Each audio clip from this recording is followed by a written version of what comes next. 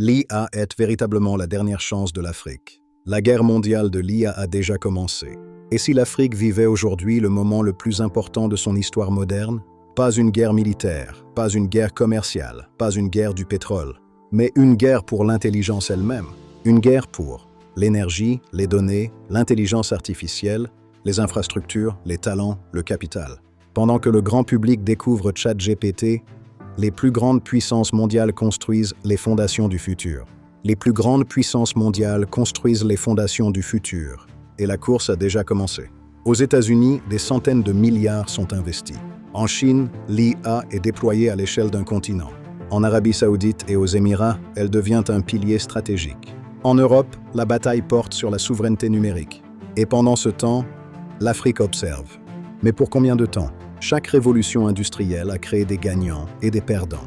Le risque est simple. Si l'Afrique ne construit pas ses infrastructures, d'autres construiront l'avenir à sa place. Mais cette fois-ci, quelque chose est différent. L'Afrique n'arrive pas 50 ans après. L'IA est encore jeune. Les futurs leaders ne sont pas encore désignés.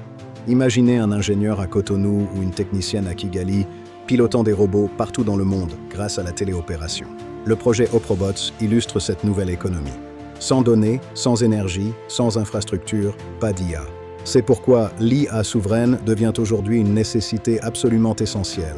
Elle est cruciale pour la santé, l'éducation et l'agriculture.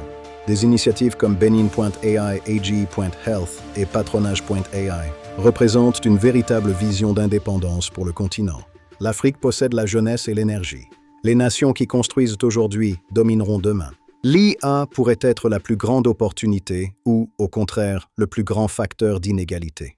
La question n'est plus de savoir si l'IA va changer le monde, mais de décider si l'Afrique participera activement à sa construction. Le futur appartient à ceux qui construisent. Construisez-le dès maintenant.